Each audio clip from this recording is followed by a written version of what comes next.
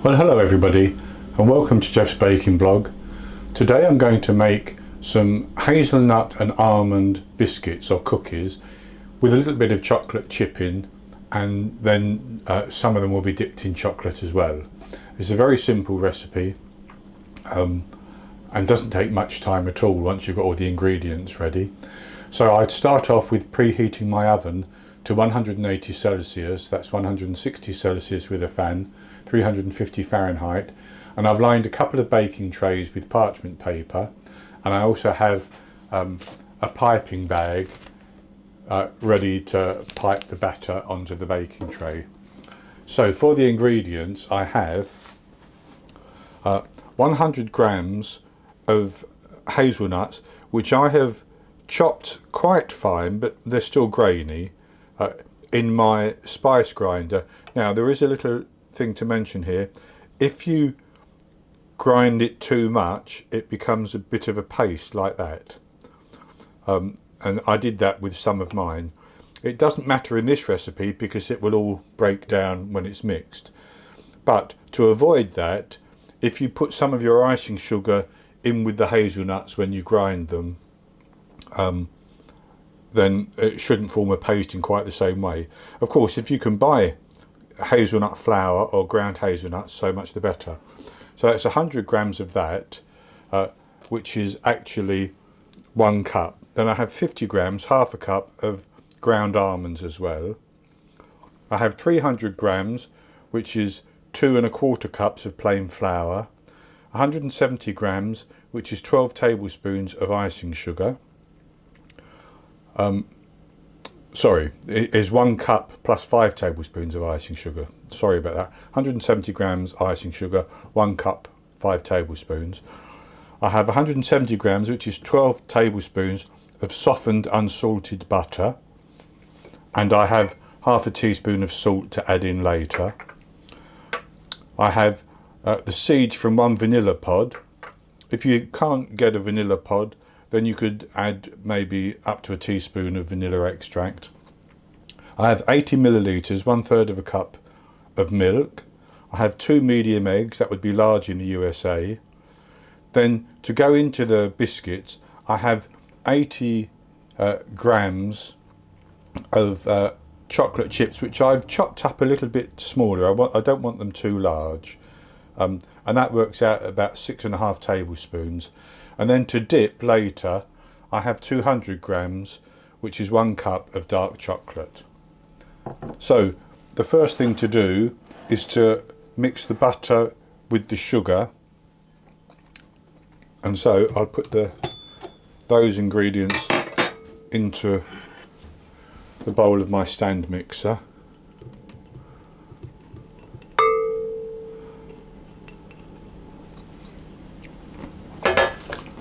And I will add the sugar, and at this stage I will also add the salt.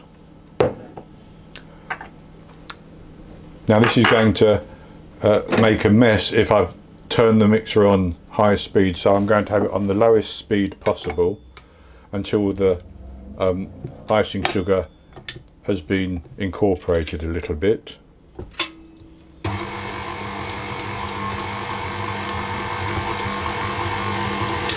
And now that's incorporated just a little bit, I'm going to increase the speed so that I can mix the butter and the sugar together until it's not light and fluffy.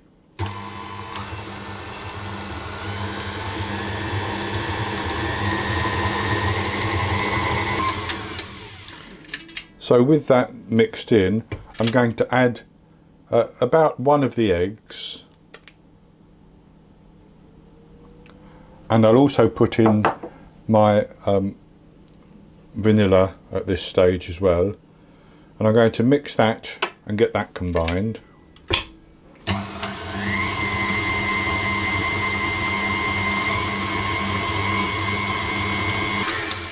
So with that first egg well mixed in, I'm going to add in about half of my hazelnuts and about half of the ground almonds, and I'm going to mix that in. Then I'm going to put the second egg in, and the second batch of hazelnuts and almonds and mix those.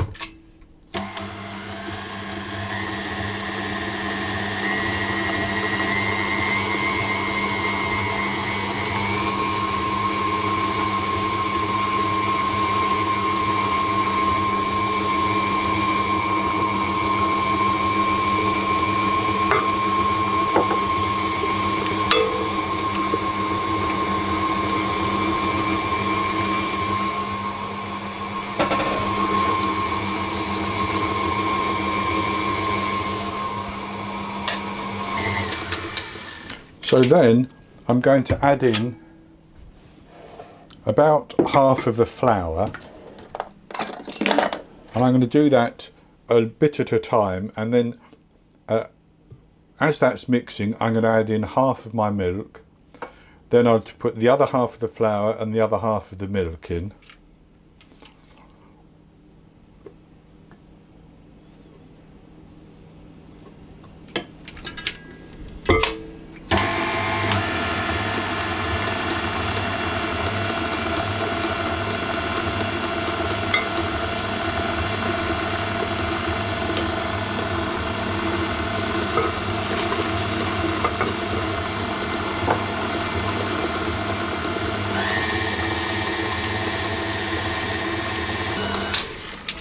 And I'm going to give the bowl a bit of a scrape because I want to make sure that everything gets mixed properly.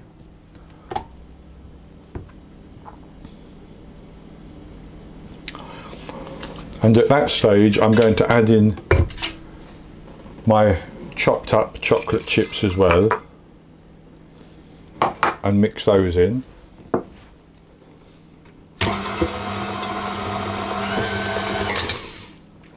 And with that mixed, the next thing to do is to put that into a piping bag and then pipe it onto the baking tray.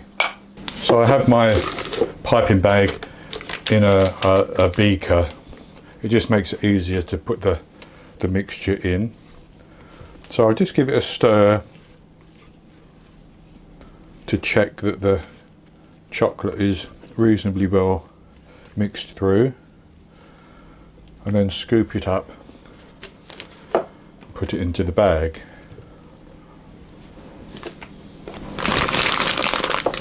And with the mixture in the bag, like that, we need to put that onto our baking tray. And for that I'm going to cut, you can use a piping nozzle, but I'm just going to cut about a 1/2 inch hole in the end of my piping bag, and then I will pipe on the batter a couple of inches in length, 2.5 inches maybe, leaving a gap between them.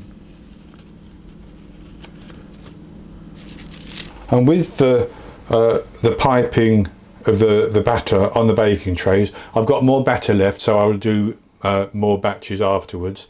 I'm going to put these into the oven and I'm going to bake them for 20 minutes. Then I'll take them out, let them cool for a couple of minutes, transfer them to a wire rack to cool completely, and then when I've baked all of them I'll come back and we'll dip some in some melted chocolate. I baked our hazelnut and almond cookies, and I baked mine for between 17 and 20 minutes. In fact, I checked the edges, and as the edges were beginning to brown, I thought they would be baked enough, so they came out. And this is what they look like, and I did some different shapes as well. You can do whatever shape you want and whatever size you want. I've got some small ones over here, and I've got some larger ones here and some round ones. So what I've done now is over a pot of simmering water, I have melted my 200 grams of chocolate, and what I'm going to do is simply take a cookie and dip it in to the chocolate and then scrape the bottom and put it onto a baking tray so that it will dry. And I don't want to put too much chocolate on these cookies, simply because I don't want the flavour of the nuts to be overwhelmed.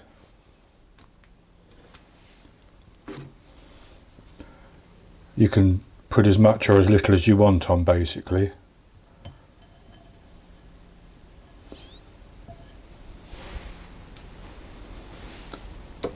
You just need to then leave them for the chocolate to harden.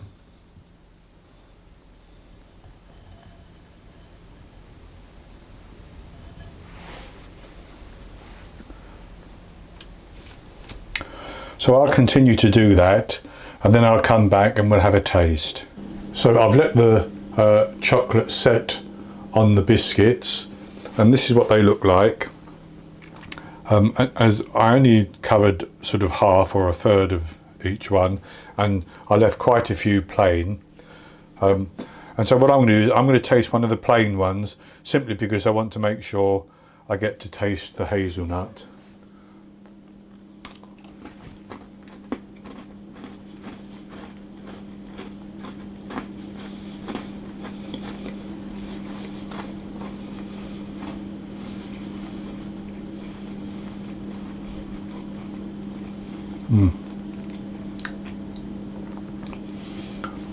It's nice and crunchy, and you actually get, from that plain one, you get the flavour of the hazelnut coming through. You don't get almond. I mean, there's almond in it. If you wanted an almond flavour, you could put almond extract in as well. But you get the hazelnut, and you also get the vanilla, and it's nice and buttery as well.